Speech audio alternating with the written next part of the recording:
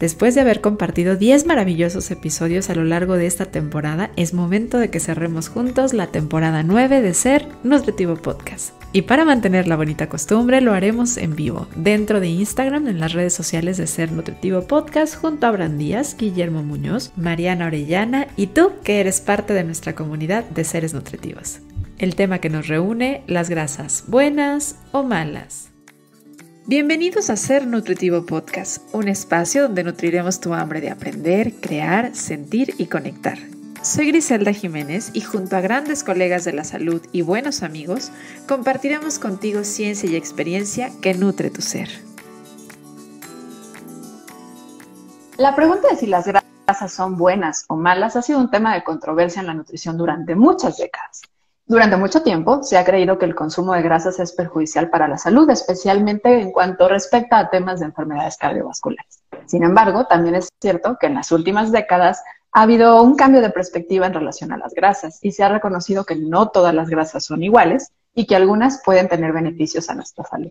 Es importante entender que las grasas son un nutrimento importante, es decir, esencial para nuestra salud. Y para que esto, pues nuestro cuerpo funcione de manera adecuada. Sin embargo, no todas las grasas son iguales y su impacto depende de varios factores, incluidos por ahí la cantidad, el tipo de grasa, el tipo de alimentación de la persona y muchas otras determinantes de la salud que hacen que varíe y que entra el famoso depende que utilizamos muchas veces los nutriólogos. En este en vivo vamos a discutir si las grasas son buenas o malas. Y me atrevo a adelantarme un poco en algunas de las conclusiones. Probablemente vamos a terminar diciendo que necesitamos alejarnos de la moral con los alimentos y los nutrimentos, porque las cosas en la nutrición no son buenas o malas, y mucho menos un nutrimento tan esencial como es el caso de las grasas. Pero sí es importante entender que la evidencia sigue siendo bastante confusa y muchas veces de controversia entre los mismos profesionales de la nutrición, y por eso hoy vamos a reunirnos 4 diferentes profesionales de la nutrición, hablar y a ver desde diferentes horizontes y panoramas qué pensamos, qué vemos, qué observamos sobre el tema de las grasas y esta moral dual entre bueno y mal. Y para hablar de este tema me encuentro muy bien acompañada, como lo hacemos en cada en vivo. Me encuentro acompañada, voy a empezar por las damas, por Mariana Orellana, quien es licenciada en nutrición con maestría en nutrición clínica. Y también creo que tiene un doctorado por ahí, creo que también en temas de nutrición clínica, ambos por... Casi terminándolo, por la Universidad Valle de Temajac. Ella además nos acompañó en la temporada número 3, estaba revisando este dato y es increíble que ya vamos en la temporada 9 y que fue en la 3 donde me acompañaste para hablar sobre nutrición en el adulto mayor, que es uno de los temas que más le apasionan. Bienvenida Mariana y muchas gracias por decir que sí ahora está en vivo. Muchas gracias a ti, Gris, y bienvenidos a todos y todas los que nos están viendo también. Gracias. También me acompaña Guillermo Muñoz, él es coach, nutriólogo y entrenador, creador de Fitness Vital. Es un maravilloso blog que de verdad tienen que ir a conocer, un sitio web donde van a poder encontrar información con muchas respuestas sobre un camino muy amigable. Eso es algo que me gusta mucho de Memo, que es muy amigable. Busca generar un camino amigable para poder encontrar este balance entre la vida, la nutrición y el fitness, ¿no? Que de repente pareciera estar como medio peleado una cosa con la otra. También él ya nos ha acompañado en Ser Nutritivo Podcast. En uno de los episodios más escuchados, te platico eso, Memo, hablamos sobre de por qué comemos mal. Entonces creo que hasta el tema fue muy bueno, muy escuchado y con mucha retención y estoy segura que también acaban de encontrar mucha información muy valiosa junto conmigo. Bienvenida. Muchas gracias, Gris, por invitarme. Es un gusto estar aquí y igual saludos a todos que nos están escuchando. Aparte, en su segundo en vivo, me comenta que casi no lo hace, entonces qué bueno que nos tocó que estés por acá. Y por último, pero no menos importante, está por acá Abraham Díaz. Él es nutriólogo clínico con especialidad en manejo de nutrición con síndrome metabólico. Abraham también lo has escuchado en Ser Nutritivo Podcast, pero seguro también lo sigues en las redes sociales de Esto por Esto Nutrición. En su cuenta nos ayuda a hablar y a entender de cómo lograr niveles adecuados de glucosa y de presión arterial. Y fue justamente el tema de la hipertensión arterial el que nos ayudó a darle voz en la temporada número 7. Bienvenida, Abraham, y gracias ahora por acompañarme a hablar sobre las grasas. Gracias a ti, Gris, por invitarme y gracias a todas las personas que se van conectando por ahí. Y que se queden por acá las que puedan y si no nos vayan escuchando en donde anden y si no nos escuchan el día de mañana o en los siguientes días en las plataformas diferentes. La dinámica es un poquito diferente. Ustedes ya nos han acompañado a diferentes episodios, pero en una dinámica en vivo necesitamos un orden distinto para poder hablar todos. Entonces, hemos diseñado una estrategia donde hablamos a través de diferentes dinámicas, una titulada de análisis, que es con la que vamos a empezar. En esta primera sección les platico que voy a abrir el micrófono de uno por uno de nuestros invitados y la intención aquí es analizar para poder dar una introducción al tema. Vamos a empezar con Memo. Yo creo que una de las cuestiones con las grasas es que por mucho tiempo las grasas jugaron el papel del antagonista de la historia, ¿no? Era, si querías hablar de salud, las grasas parecían ser las malas. Y fue curioso porque en las últimas décadas se volteó, ¿no? Y así como ahora ya vemos la historia de Maléfica y vemos que no era tan mala, también parece que estamos viendo desde ese otro ángulo a las grasas y nos damos cuenta que también tienen su lado protagonista. Y de hecho, creo que muchas veces hay personas que de ahí, de esta moral de ver como, bueno, sí son buenas, son malas, pues nos ha llevado como a recomendaciones muy de decir las buenas y las malas. A ver si existen las grasas buenas y las malas. ¿Y qué riesgo tú percibes, Memo, de esta imagen dual sobre las grasas? Pues creo que esta percepción dual o esta dicotomía entre bueno y malo no solo aplica a las grasas, sino prácticamente a casi todos los alimentos. Y otorgar un juicio de valor de bueno y malo a las grasas, a los alimentos en general, puede ser problemático para algunas personas. ¿Por qué? Porque de forma no intencionada o a veces de forma inconsciente, al nosotros consumir alimentos que consideramos como malos, nos sentimos nosotros como una mala persona, que estamos haciendo algo malo. Por eso decimos frases como me porté mal, pequé, o su contraparte, me porté bien en caso de comer los alimentos buenos, ¿no? Eh, y, y esto a su vez, o sea, no solo nos sentimos malos como personas, sino a veces está acompañado de emociones incómodas como culpa, te castigas porque piensas que estás haciendo algo malo. Y creo que debemos de tomar otra perspectiva y lo que yo recomiendo es que en lugar de ver a los alimentos como buenos o malos, simplemente verlos por sus cualidades nutricionales objetivas. Es decir, un pastel no es malo, pero es alto en azúcares añadidos y grasas. Una verdura no es buena, pero es rica en vitaminas, minerales, fibra, fitonutrientes. Y aquí la clave es pues ver a los alimentos como otra vez, objetivamente. Es decir, utilizando un ejemplo, o sea, no es como que dices, el día está soleado, el día está nublado, no es como que es bueno, es malo, simplemente es una descripción objetiva de lo que estás observando y podemos hacer lo mismo con los alimentos, simplemente describirlos por los nutrientes que contienen sin agregarles un juicio de valor. De nuevo, enfocarnos en sus cualidades nutricionales objetivas y no en un juicio de valor. Sí, que se ve mucho, ¿no? Creo que en la consulta uno a uno y muchas veces también en las plataformas donde comunicamos nos damos cuenta el temor, la culpa, y luego llegan a consulta y llegan como si se fueran a confesar y bueno, pues esto habla de la emoción que está experimentando la persona por la información que tiene y la connotación que se le ha dado a algún alimento o algún nutrimento en particular, como las grasas. Y Abraham, tú que te dedicas más al tema de cuestiones metabólicas, una de las concepciones muy presentes, creo que todavía aún muy presentes en el colectivo, sobre las grasas es la asociación que hay con los problemas de colesterol, niveles altos en sangre y problemas cardiovasculares. ¿Tú considerarías que efectivamente es el alto consumo de las grasas la principal causa o razón de hoy por hoy que siga habiendo estos diagnósticos de colesterol elevado? No, y de hecho, esto es como una asociación así rara que ha habido a lo largo del tiempo, porque si vemos estudios donde se ha como documentado más es en Estados Unidos, ha disminuido a lo largo del tiempo el consumo de grasas saturadas y ha aumentado inclusive el consumo de grasas poli y mono, que son aquí las que suelen decirle buenas. Eh, y se sigue viendo los incrementos en este tipo de problemáticas. Entonces, hay que analizar también, no solamente es el papel de los alimentos, pero por ahí algo que juega un papel importante desde esta perspectiva alimentaria puede ser el jarabe de maíz, el jarabe de fructosa, que por sí mismo es un tema aparte. Pero también está el caso de muchos componentes, tanto individuales como colectivos, algunos modificables, otros no modificables, que con el tiempo se han acrecentado. Puede ser desde conductas, desde como la falta de sueño, el incremento de los niveles de estrés. Algunos de esos pueden llegar a ser modificables, pero también tenemos algunos que han sido producto de los cambios a lo largo del tiempo, como puede ser por ahí la disminución del pool genético, o sea, la cantidad de genes que pueden ser los que transporten o los que tengan esa problemática a nivel genético del incremento de este tipo de padecimientos, o inclusive también la diversidad genética, que personas que no hayan tenido estas problemáticas pues estén relacionándose ahora y teniendo descendencia y pues transfiriendo estos genes a sus familiares. Entender entonces que hay una multicausalidad, que el señalar a una sola razón como la causa de todos los problemas o de un problema para todas las personas se puede volver muy problemático, porque entonces también pareciera que hay una sola solución para todos los problemas, ¿no?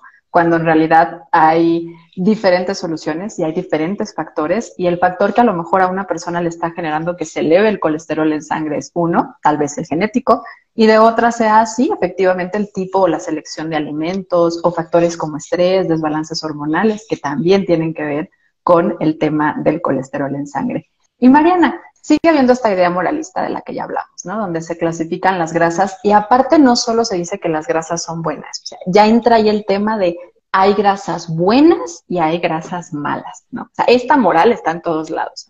Porque lo vemos, y ahorita lo decía Abraham, ¿no? Las polisaturadas y monosaturadas parecieran ser las buenas. Cuando lo hablamos en sangre, también está la LDL, que es la mala, y está la HDL, que es la buena. Entonces, pues siempre hay un bueno y malo en estas historias. Y una de las que se catalogan como malas, pues son las grasas saturadas. ¿Tú realmente crees que estas deberían de estar ahí? Esta es una buena pregunta y tiene mucho que ver con lo que contestó Guillermo. Las grasas saturadas, recordar que son un nutriente, ¿no? Primero. Y si decimos que las grasas saturadas son malas, entonces automáticamente estaríamos clasificando también como malos a muchos alimentos que las contienen, como por ejemplo el huevo, como por ejemplo el yogur, el queso, ¿no? Y entonces ahí nos encontramos con un problema, porque si pongo como ejemplo el huevo no solamente tiene grasa saturada, el huevo es una matriz alimentaria. Y el hablar de la matriz alimentaria es un punto medular, creo yo, para responderte esta pregunta. ¿En dónde estamos consumiendo esta grasa saturada? No es que la grasa saturada sea mala, sino que está dentro de una matriz alimentaria. Vuelvo al ejemplo del huevo. El huevo no solamente tiene grasa saturada, el huevo también tiene proteína, tiene vitamina A, vitamina E, complejo B, zinc, hierro, que en realidad son nutrientes muy benéficos para el organismo. Los alimentos, esta matriz, estos nutrientes que están contenidos en esta matriz alimentaria interactúan entre sí. Y son esas interacciones las que verdaderamente generan un beneficio o un daño a la salud como tal, ¿no? Entonces, el ver a las grasas saturadas como malas, yo de entrada diría no, porque entonces automáticamente estamos también clasificando como malos alimentos que otorgan muchos beneficios a la salud y que contienen grasa saturada, ¿no? Yo diría prestar atención más bien a otro tipo de alimentos o enfocarnos en otro tipo de alimentos como los ultraprocesados. Y a lo mejor aquí entra también la pregunta de decir, bueno, entonces si no son malas, ¿por qué ahora en las etiquetas me ponen exceso de grasas saturadas en un hexágono negro como si fuera algo alarmante, ¿no? Es que tiene mucho que ver, vuelvo a lo mismo, con la matriz alimentaria. ¿En qué tipo de alimentos estamos consumiendo esa grasa saturada? Los alimentos que han sido etiquetados así son en su mayoría ultraprocesados, que van a tener menos fibra, que van a tener más azúcares añadidos, que no solo van a tener grasa saturada, sino aparte van a tener grasas trans, que son unas grasas sintéticas que más adelante platicaremos de ellas, ¿no? Y entonces es ahí donde ya vemos todo el conjunto desde afuera. Y si además le sumamos lo que comentaban, el estilo de vida, si fumo, si no fumo, si vivo con estrés y demás, ahí es cuando entonces esto sí se puede convertir en un problema para la salud, ¿no? Pero en sí mismas, yo diría que no sería tampoco correcto clasificarlas dentro de este rubro de malas. Espero que en esta primera dinámica de análisis nos salgamos entonces de esta concepción de moralidad que le hemos dado a la comida. Ya nos dimos cuenta que no solo se trata de descifrar si son buenas o malas las grasas, sino también de quitarnos esta idea de las grasas buenas y las malas, ¿no? O sea, depende de qué tipo de grasa es. Ya vemos que hay mucho más de lo que se puede observar a partir de poder determinar si un alimento puede ser mejor para una persona o no. Vamos a entrar a la segunda dinámica. En esta segunda dinámica les vamos a pedir que se observe un poquito más su postura, porque pues esto se trata de un poco de discusión. Entonces vamos a dejar ver nuestra postura. Pero tenemos un reto, que es el reto de las pocas palabras, porque aquí vamos a intentar de manera rápida, en poquitas palabras, empezar a decir qué opinan ustedes sobre algo. Les platico, tomamos algunas ideas populares que hoy están en las redes sociales sobre las grasas, y entonces ustedes van a explicar si están de acuerdo o no están de acuerdo de esta idea popular. Y vamos a empezar con Abraham. El aceite de oliva no es bueno para calentarse. ¿Tú qué piensas? Es un concepto muy antiguo, de hecho, por los mismos componentes que tiene, sus mismas propiedades, mientras lo utilicemos con la técnica correcta de cocción, no tendría ninguna contraindicación de ser calentado. Ok. Y en esta parte de la técnica de cocción, o sea, quiere decir que sí tolera altas temperaturas, su punto de humo es alto, estaría perdiendo antioxidantes. ¿Qué es lo que la gente dice? Porque esto habla la gente en las redes sociales. El punto de humo, de hecho, era la característica con la cual se consideraba anteriormente. Era un estudio muy viejo, era de hace como más de 20 años. Entonces, a lo largo del tiempo, pues se fueron haciendo otros análisis. El factor que tiene, mientras sea aceite extra virgen, y pues aquí también hay que checar hablando de calidades y todo ese tema, pero va a mantener la mayoría de sus propiedades. Inclusive puede incrementar por ahí la retención de carotenoides.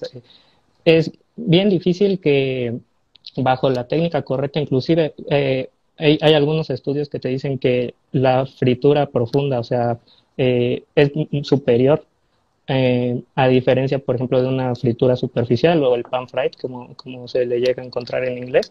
Entonces mantiene muy bien sus características, es muy estable por las mismas capacidades antioxidantes que llega a tener.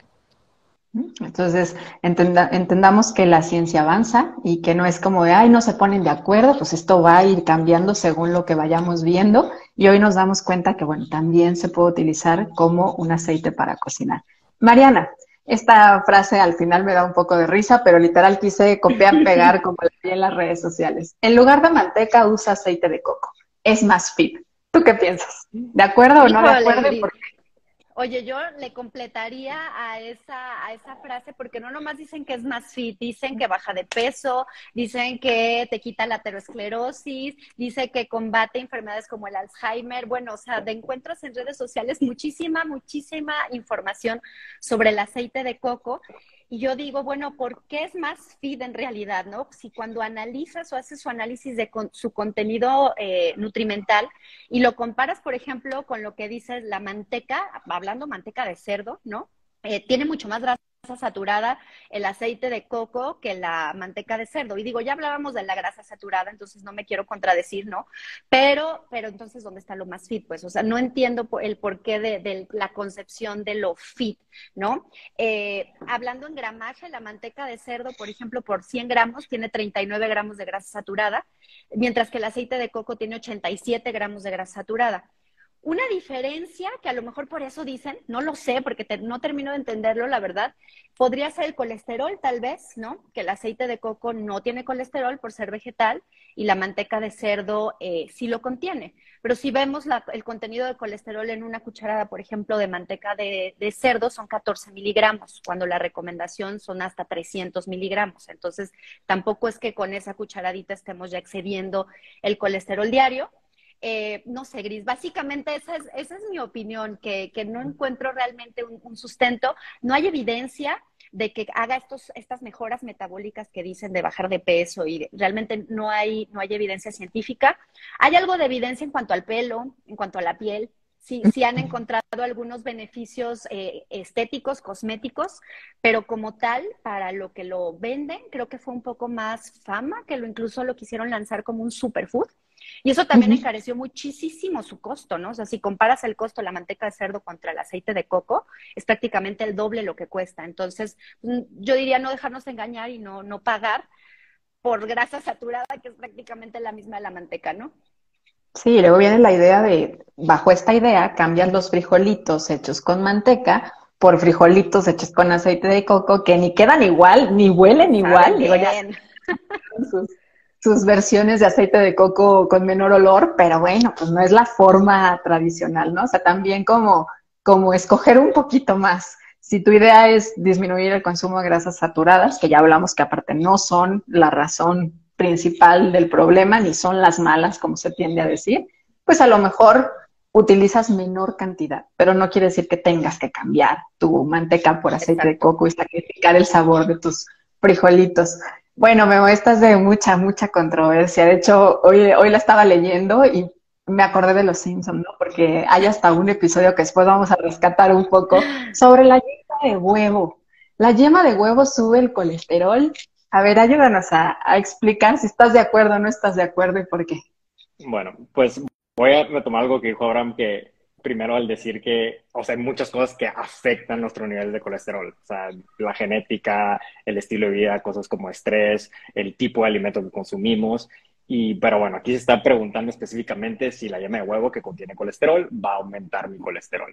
Y lo que se encontró es que no tiene un efecto significativo en nuestros niveles de colesterol. ¿Por qué? Porque, bueno, nuestro cuerpo produce colesterol porque el colesterol lo necesitamos para múltiples funciones, para producir hormonas, para las membranas celulares, etcétera. Y cuando consumimos más colesterol en medio de la dieta, digamos, por medio de la yema de huevo, pues la producción interna de nuestro cuerpo, endógena, pues va a disminuir.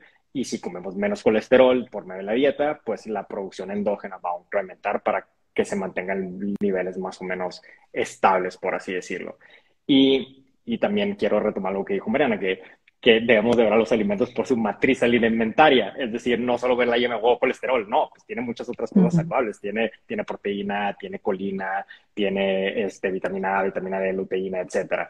Pero en resumen, no consumir yema de huevo que contiene colesterol no va a afectar significativamente nuestros niveles de colesterol en sangre. Hay factores muchísimo más importantes. Sí, si tú estás dejando la yemita ahí al lado o tirando, que es parte muy importante del huevo y que aparte no están tan baratos, y lo estás dejando por esta idea vieja, porque aparte ya es muy vieja, ya hay vasta evidencia de que no es porque consumas colesterol que va a subir tus niveles de colesterol en sangre.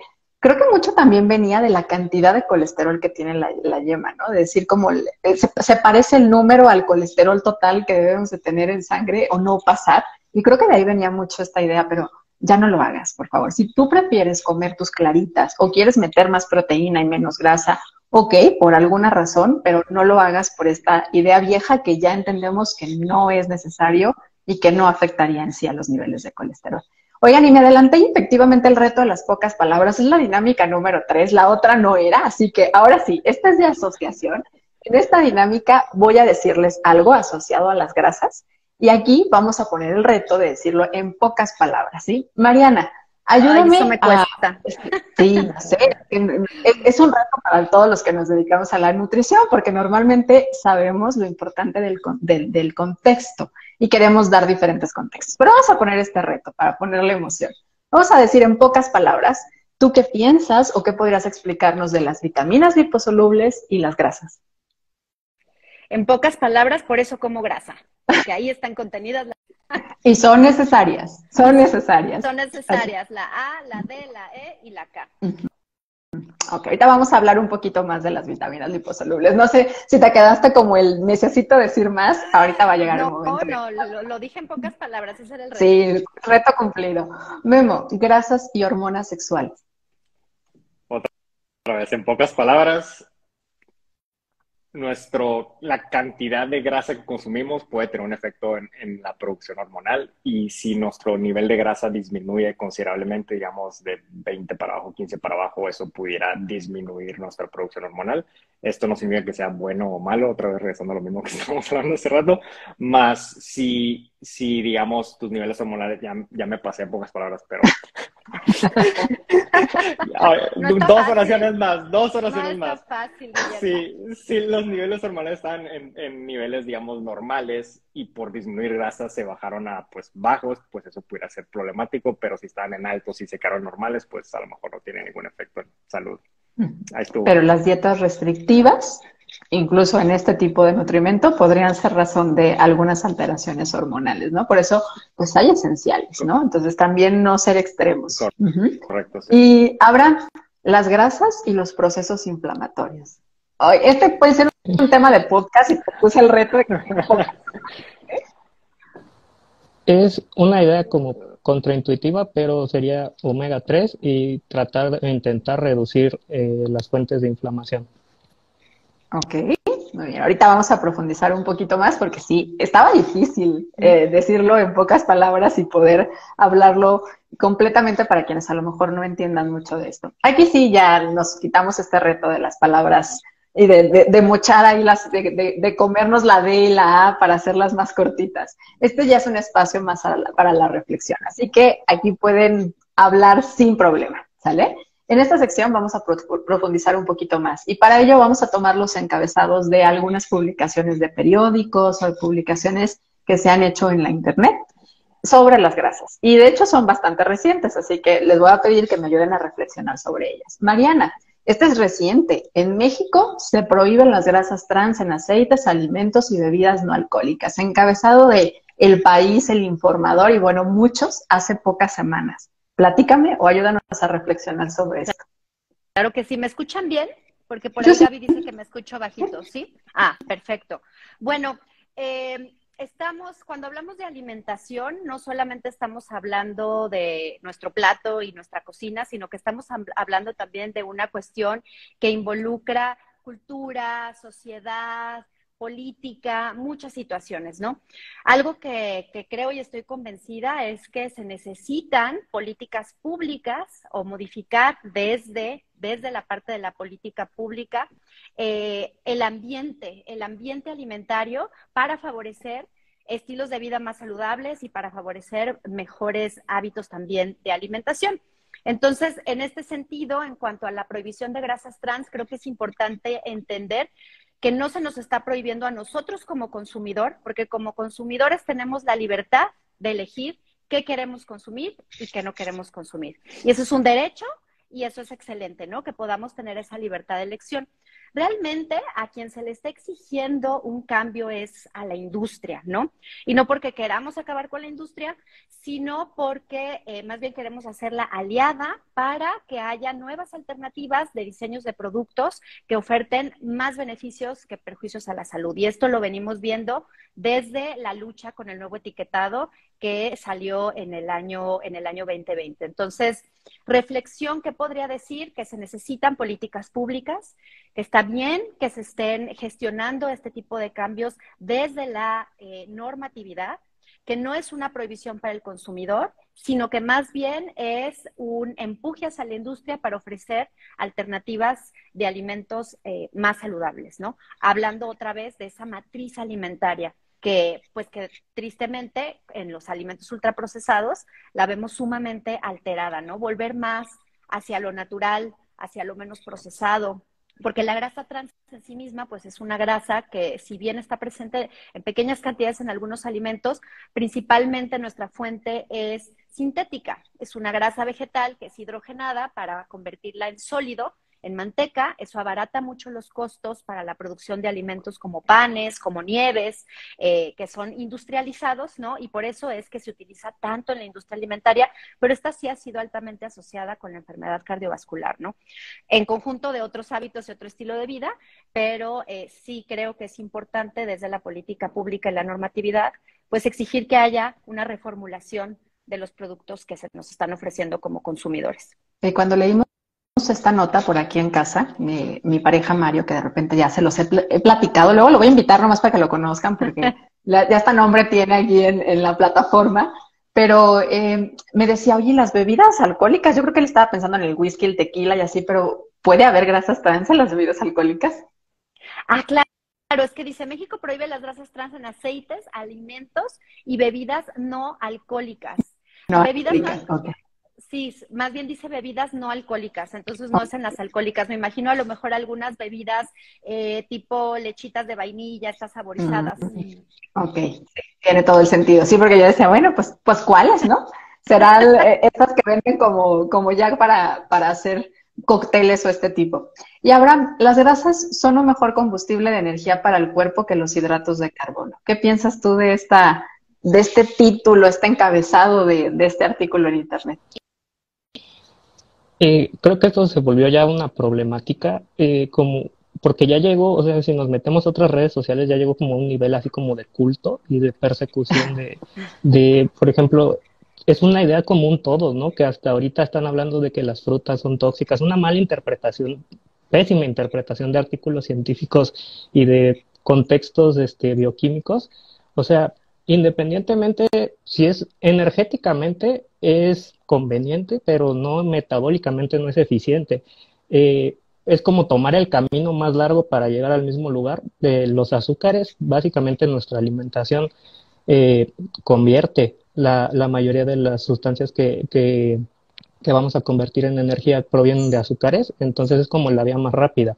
Tratar de incorporar grasas o tratar de hacer una alimentación a base solamente de grasas para esta finalidad, pues es una vía secundaria en nuestro cuerpo que no deberíamos de estar tratando como de tomarla como una forma de sustento diario. De hecho, inclusive está asociada, últimamente se tuvieron que hacer más estudios, pero ya está asociada a problemas cardiovasculares, por ahí problemas en las vías biliares. Entonces, sí hay como que cuestionarnos de quién estamos obteniendo esa información y pues también tener como un poquito de juicio y de pensamiento crítico como consumidores y como usuarios de las redes sociales.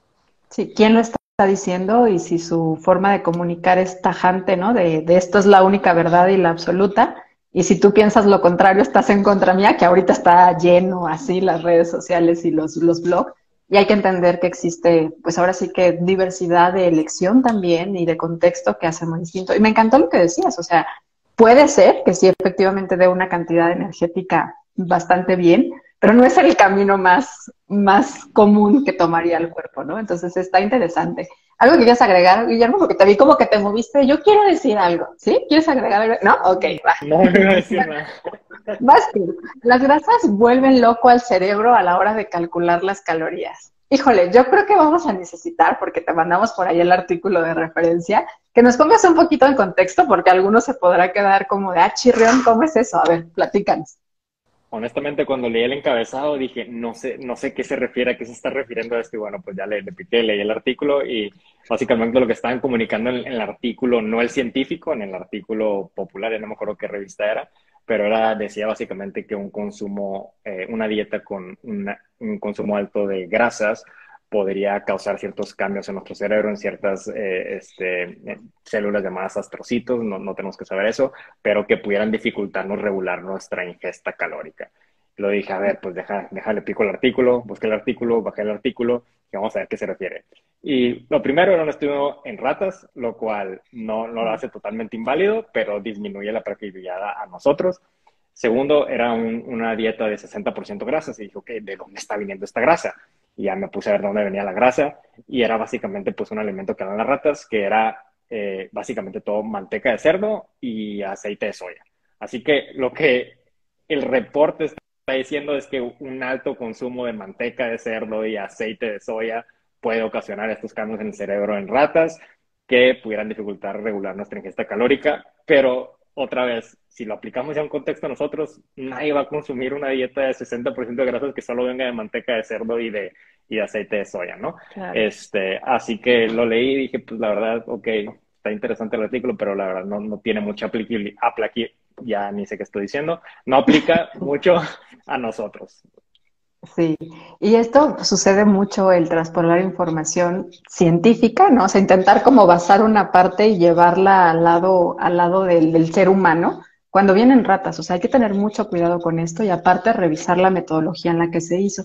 Y sucede mucho en artículos de divulgación, o sea, que se hacen justo como para el público en general. Está en un artículo en una revista no científica, pero venía un artículo científico. Hoy que está, pues, quiero pensar que no es una cuestión de tendencia, pero basado más como en evidencia científica, todo el mundo comparte abajo la liga, pero no todas las personas la leen y no todas las personas tienen la habilidad o el conocimiento para poder interpretar esto como tú ahorita lo hiciste. Entonces, sí es bien importante por favor, si tú eres profesional de la salud, no traspoles esta información que se hace en ratas a decir que es la realidad para todos los seres humanos y que esto va a pasar, ¿no? Porque sonaría muy alarmante que me digan que el cerebro se va a volver loco cuando coma grasas, ¿no? Ya creo que ninguno está buscando ese tipo o caer en la locura.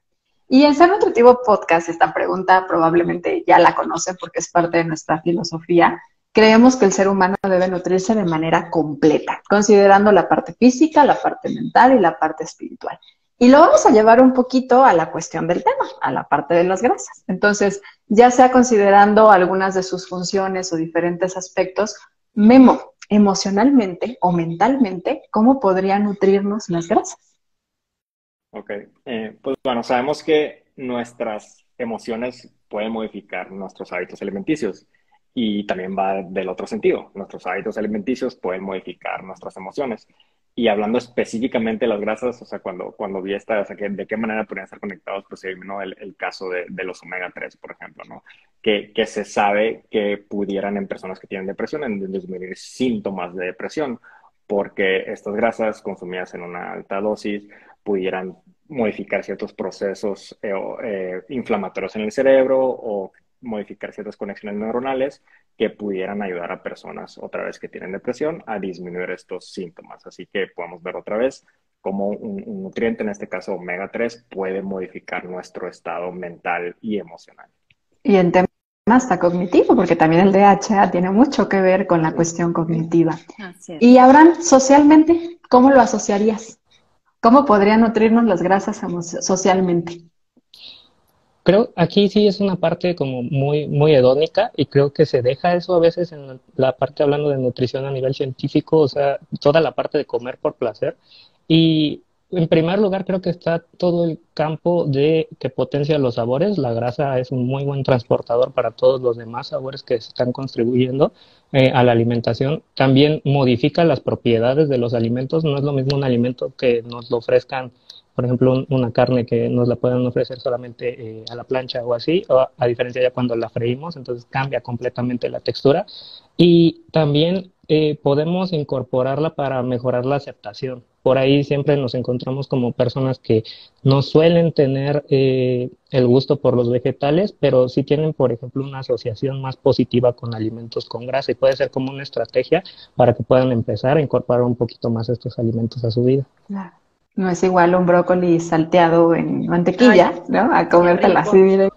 Ah, bueno, también con limoncito, pero bueno, habrá quienes lo acepten mucho más. Y físicamente, Mariana, aquí podrías darnos una clase así magistral, pero a ver, ¿tú cómo pensarías que puede haber esa asociación entre las grasas y el nutrirnos físicamente? ¿En pocas palabras o en muchas palabras, Liz?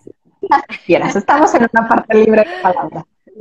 Pues físicamente las grasas nutren, ¿no? Las grasas, decíamos, son un nutriente, por lo tanto nos nutren y ayudan a muchas funciones vitales. Son precursoras de hormonas, son parte estructural de la célula, de la pared celular. Decíamos, son fuente de vitaminas liposolubles, que las vitaminas liposolubles también tienen muchísimas funciones, antioxidantes para la visión, para la piel, para el hueso, para la coagulación, o sea, para muchas funciones que necesitamos, ¿no?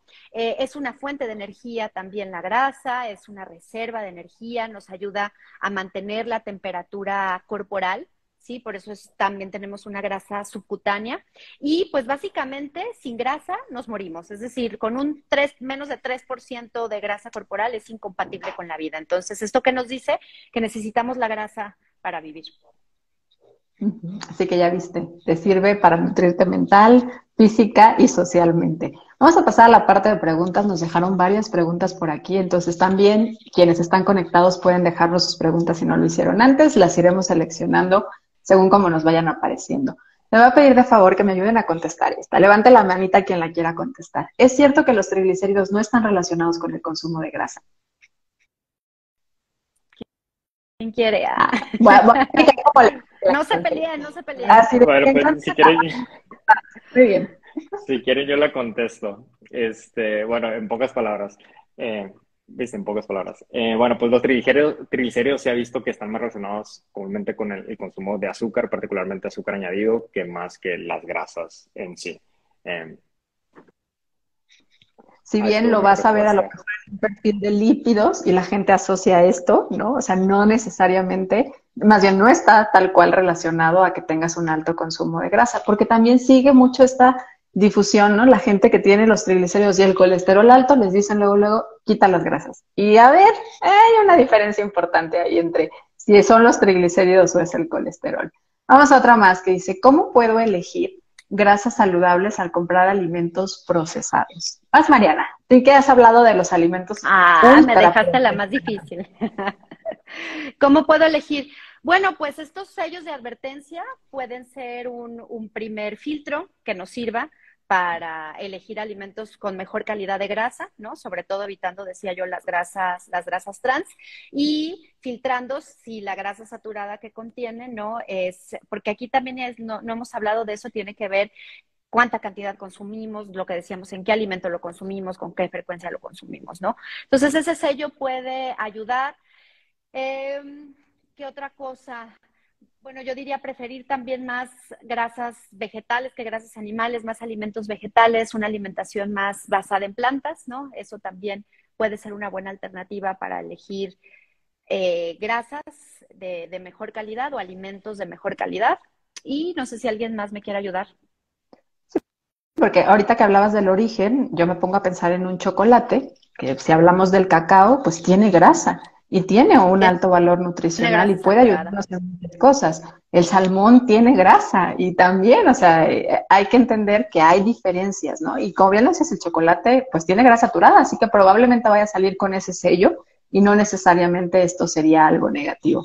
Sí. Esta pregunta dice, ¿es verdad que las grasas pueden ayudar al cerebro? Ya hablaba un poquito ahorita Memo, entonces, ¿quieres explayarte un poquito más?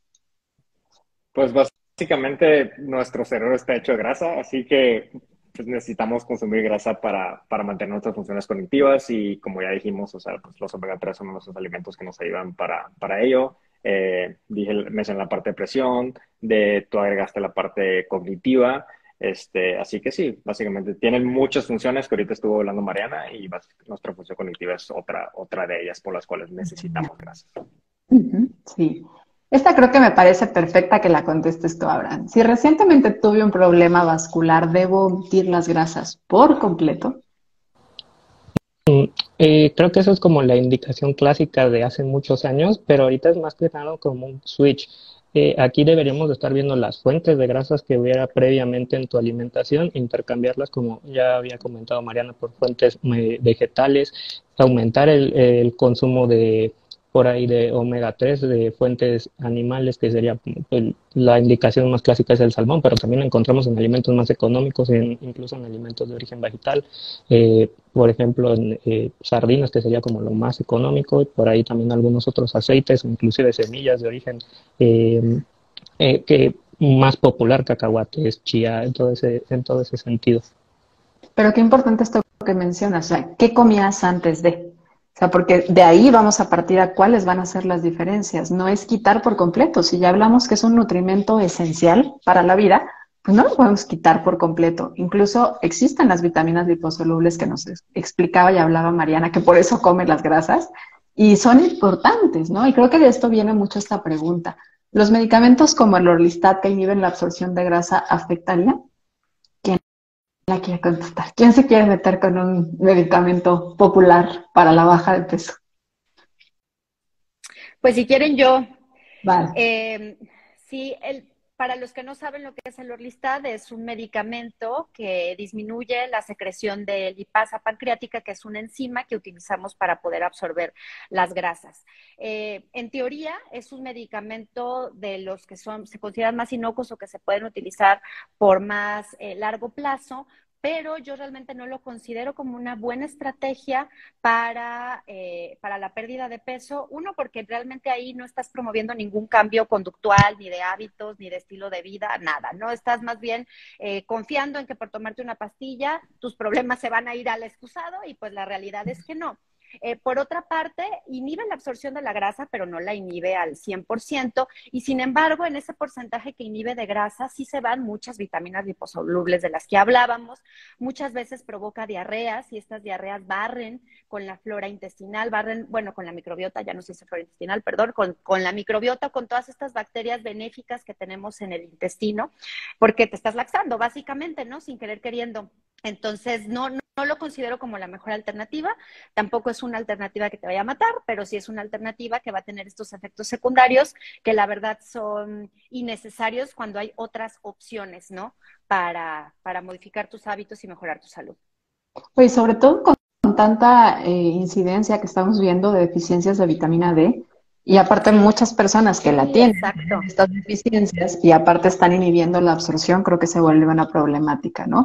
Y toda la sintomatología gástrica que da. O sea, sí efectivamente es una de las opciones, digámoslo, seguras, y valdría la pena saber también el contexto de la persona, ¿no? O sea, no estamos hablando mal del medicamento, habrá quienes puedan ser una alternativa, pero acompañado de un cambio conductual, que creo que es Totalmente. la base principalmente para la pérdida de peso sostenible en el tiempo. Los alimentos bajos en grasa, como los light, tipo leche, crema o yogur, son una buena opción. ¿Quién quiere contestar? Memo. Está bien, yo la contesto. Eh, o sea, algo que a veces sucede con los alimentos light, no todos, pero usualmente como les disminuyen la grasa, y era lo que también hablaba Abraham, o sea, que la grasa le da cierto pues, sabor que sea más apetecible, y cuando les disminuyen la grasa, como se va eso, a veces les agregan azúcares añadidos, tal vez no lo suficiente para que tengan el sello de exceso de azúcares, pero a veces puede suceder en ciertos productos light. Así que una recomendación que haría al comprar esos alimentos sería pues checar en la lista de ingredientes que en realidad no se le haya agregado azúcar para contrarrestar la pérdida de palatabilidad que se disminuye cuando le quitan las grasas. Pero sí pudiera ser una opción, dejando esto a un lado, vamos a suponer que no se le agregó ningún azúcar añadido, simplemente se le disminuyó la grasa. Pues si te gusta el sabor, si es un alimento que te gusta, pues puede ser una opción que a lo mejor dices, ay, disminuye un poquito de calorías, no lo veo como algo significante, hay otros factores más importantes. Y sí, ya lo veo más como preferencia personal y algo más ya que cada individuo decida. Que fue una estrategia un tanto vieja, ¿no? Que venía mucho de esta concepción de que las grasas eran las malas de la historia en cuestión de alimentación. Y la industria lo daba como una estrategia para reducir calorías, porque esa era la idea, ¿no? Si tienen muchas calorías las grasas, vamos a quitarle calorías, disminuyendo la cantidad de grasa que tienen los alimentos. Y particularmente me llama la atención los que se mencionan aquí, porque pues son alimentos que naturalmente son altos en grasa, ¿no? O sea, si hablamos de yogur, de leche, pues va a haber crema, va a tener grasa, pero lo que hacen es una disminución. Si tú no lo necesitas y no es de tu agrado, no te vayas por ahí, no necesariamente esta es tu alternativa. Esta pregunta me parece Podría, importante porque hablamos, adelante, sí, claro. ay, perdón, yo quiero hablar. No, Sí. por lo de justo de los ultraprocesados, es que me he fijado que, no todos, pero a veces muchos productos light que podrían parecer más saludables, ¿no? Porque aparte te los ponen en color azul, verde y mercadológicamente eso vende como sano, ¿no? Son súper ultraprocesados. O sea, hablando de eso, entonces también chequen eso, porque si son muy ultraprocesados, yo digo, mejor cómete un yogur entero natural, pero que sea yogurt, ¿no? O sea, que sea leche fermentada, punto, tan, tan. Ujú, Y otra ujú. cosa que ahorita se me vino a la mente, y esto es un estudio ya más viejo, pero un estudio que comparó qué sucedía cuando le dabas a los participantes, por ejemplo, un producto light o un producto, digamos, normal. Y esto ocurre de forma inconsciente, pero al pensar que es light, dices, tiene menos calorías, e inconscientemente Como terminas más. comiendo más. Ajá, y terminas comiendo más que el producto normal, ¿no? Digamos, no light. Sí. Sí. Y tal vez tenga que ver por este lado inconsciente y también por la saciedad, porque las grasas dan saciedad. Entonces también de alguna manera puede estar contribuyendo a que comas mayor cantidad para poderte sentir saciado.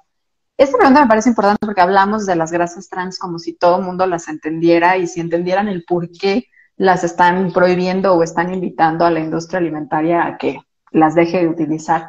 Pero tal vez habrá varios que digan por qué son malas, ¿no? O sea, por qué sería algo negativo. Ya nos explicaba un poquito Mariana de que no están tan naturalmente si es algo muy industrializado, pero quisieras ayudarnos a contestar esta pregunta, ¿verdad?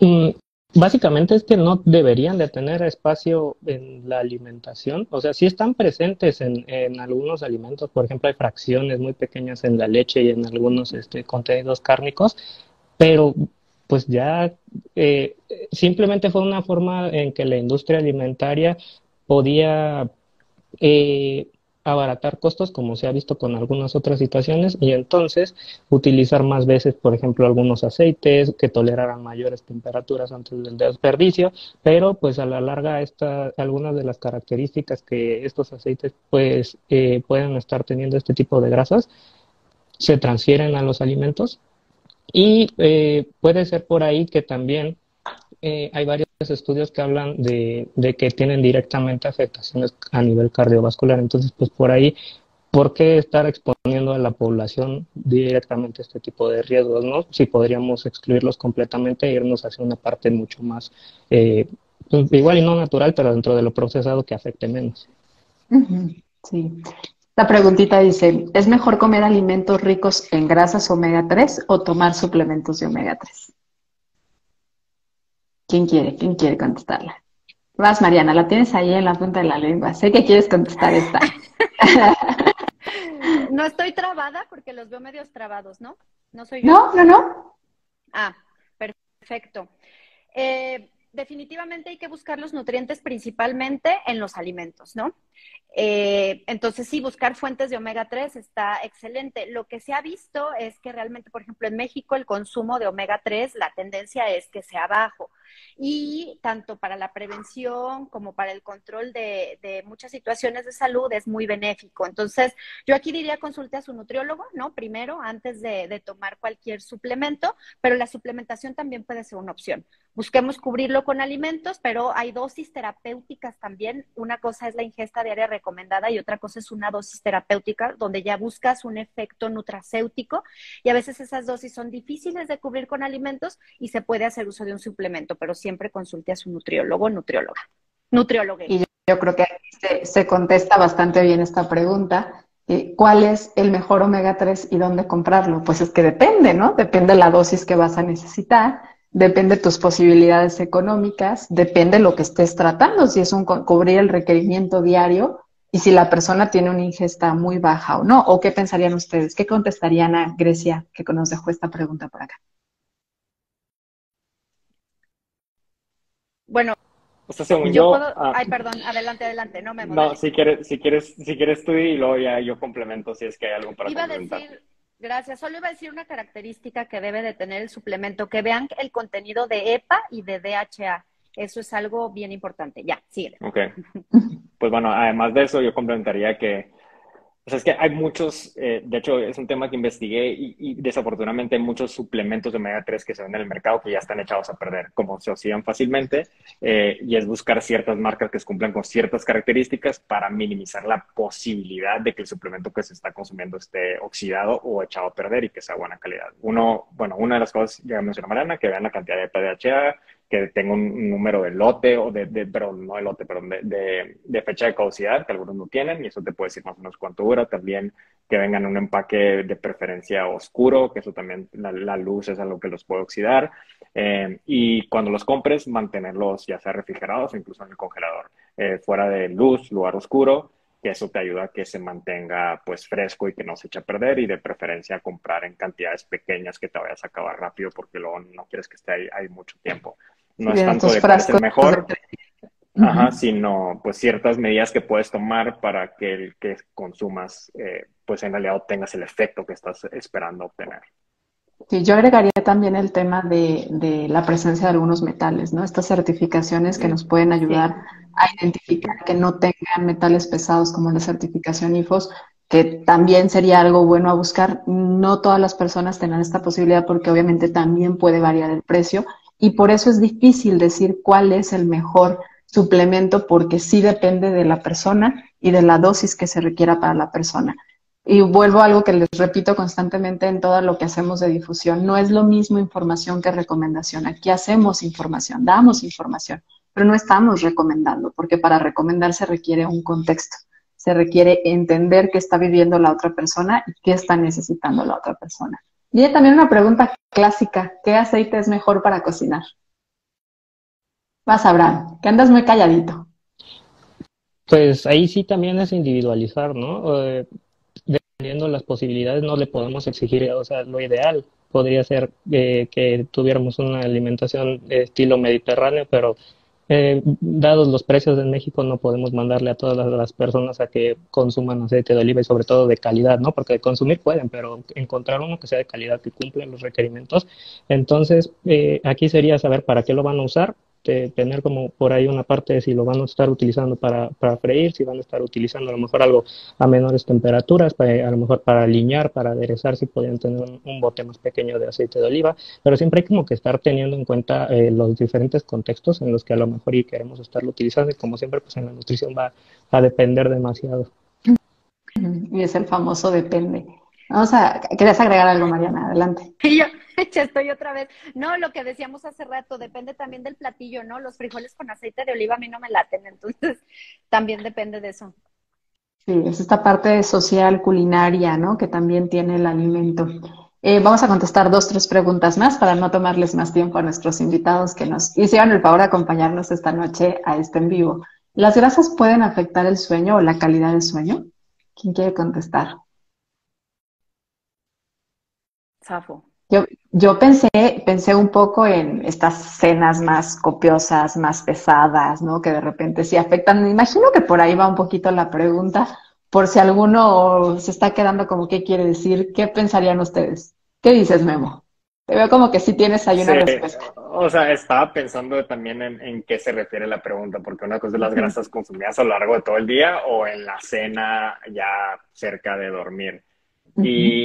Y cuando investigué este tema, cuando publiqué un artículo sobre el sueño, o sea, quise ver si había cierta efecto de la proporción de macronutrientes en la cena al dormir, y la verdad es que no encontré algo contundente, sino que era muy individual. O sea, algunas personas ya si consumen más carbohidratos duermen mejor, otras si consumían más grasas, dormían mejor. Así que es algo otra vez muy individual. Si sientes que la persona que pregunta, si sientes que eso podría estar afectándole a él o a ella, pues a lo mejor disminuir el consumo, aumentarle carbohidratos, pero otra vez creo que es difícil, como dijiste, dar una recomendación específica para un individuo, y es algo que va a diferir de persona en persona. Si pues, sientes que te cae pesado, bueno, mejor intenta por espaciar un poquito más o alargar, ¿no? Si tú estás cenando a las 9 y te acuestas a las 10, pues probablemente así sea cargada o no en grasa, te va a costar trabajo dormir porque no es la mejor fórmula en tema de horario. Vamos por esta última, nos quedaron varias de responder, pero esta me pareció importante porque es uno de los temas con los cuales médicamente se les hace la reducción de las grasas. Me quitaron la vesícula, tengo que quitar por completo las grasas. Me llama la atención el por completo, porque creo que así les dicen médicamente, ¿no? La recomendación es quitar las grasas. ¿Qué pensarían? A ver, Abraham, moviste la cabecita. ¿Quieres decir algo?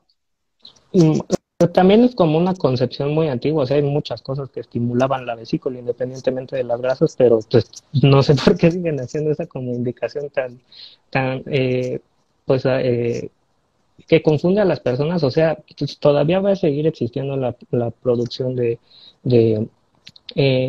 los contenidos que había dentro de la vesícula, simplemente ya no va a haber dónde almacenarse, entonces esto también va a ser bien individual. Vamos a tener personas que puede que vayan a estar, y en las ciencias siempre se trata de decir puede, porque puede que sí, puede que no. Entonces puede que a algunas personas les afecten más las grasas a futuro, como puede que puedan seguir teniendo una vida completamente normal. Y obviamente Sí. también tras el proceso de quirúrgico, ¿no? Tampoco inmediatamente vamos a ir a comer algo frito después de la cirugía. Sí, regularmente va a haber un par de semanas, meses tal vez de recuperación y después vayas a empezar a tener menos sintomatología cuando consumas alimentos ricos en grasa y entendiendo que pues, no son malos, ¿no? O sea, el comer un aguacate, comer nueces, semillas, tiene un alto valor nutricional que ya hablamos que nutre física, mental y espiritualmente. Ya estamos por despedirnos, pero me gustaría invitarlos a quedarnos con una reflexión de cada uno de ustedes para ayudarnos a cerrar de manera así bonita, como ustedes saben hacer este episodio y esta temporada número 9 de Ser Nutritivo Podcast. ¿Con qué te quedarías o con qué los invitarías a quedarse en relación a las grasas y este tema de grasas buenas o malas, Mariana? Ay, yo primero. Bueno, pues retomaría los puntos medulares de lo que comenté, ver a los nutrientes, o más bien basar nuestras recomendaciones no solo en nutrientes, sino en alimentos, porque los nutrientes están contenidos en estas matrices alimentarias, entonces ver más eso que el nutriente aislado. Y los nutrientes son nutrientes y los nutrientes, por lo tanto, son necesarios para vivir, ¿no? Y haría hincapié también en los alimentos ultraprocesados.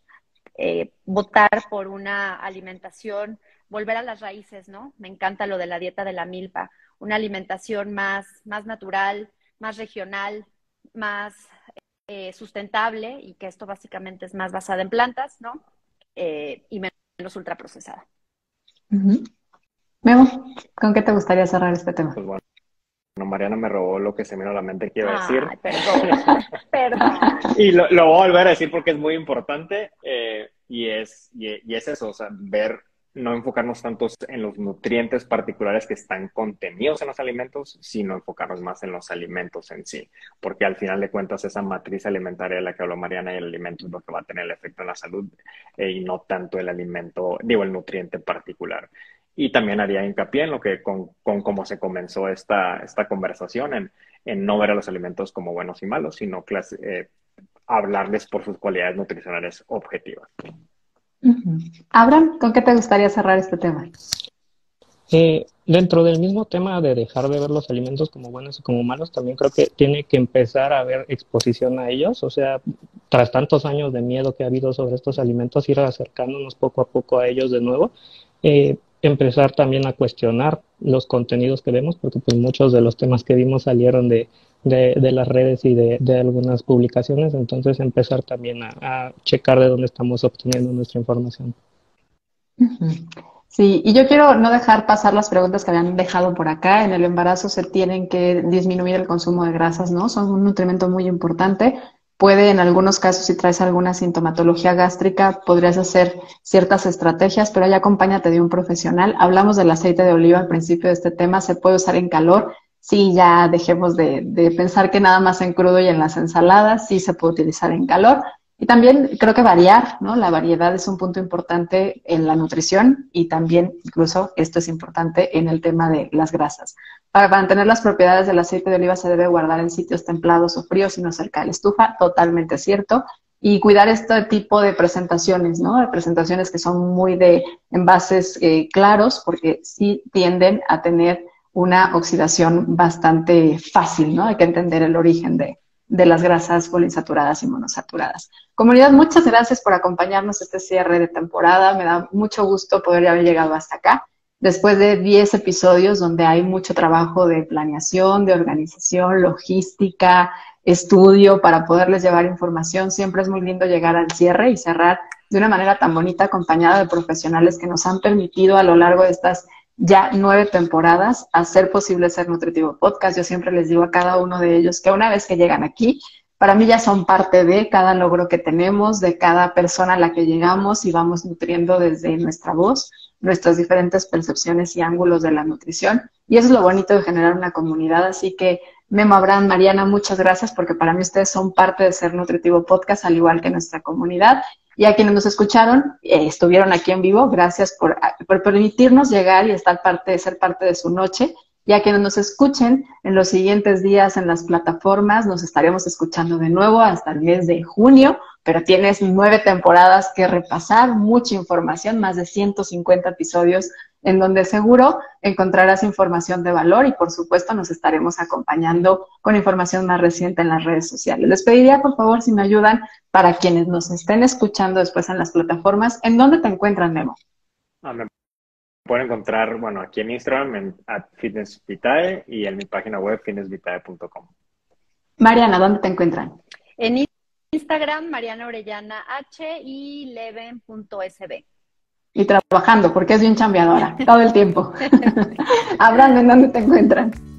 En Instagram, como por esto. Se nos trabó, pero decía esto por esto es nutrición. Ahí es donde encuentran a Abraham en sus redes sociales. Y a mí me encuentran como nutrióloga Gris y Ser Nutritivo Podcast. Y claro, en nuestra página de internet www.horizonte.com. Ahí nos estaremos poniendo en contacto de aquí a que regresa la temporada número 10 de Ser Nutritivo Podcast. Vienen grandes sorpresas y algunos cambios por ahí para esa temporada número 10. Gracias, Mariana. Gracias, Memo. Gracias, Abraham. Gracias por ser parte de comunidad. Nos vemos pronto. Adiós. Bye. Buenas noches. ¿Algo que compartir en Ser Nutritivo Podcast? Si eres profesional de la salud o en temas afines al bienestar, nuestra convocatoria para ser parte de Ser Nutritivo Podcast está abierta. Asegúrate de mandar tu solicitud de manera correcta en bodysante.com/Ser Nutritivo Podcast. No aplica para marcas ni promociones de servicios. Se solicitará cédula profesional que compruebe los estudios. La selección de la participación está sujeta a la validez de los criterios de la convocatoria.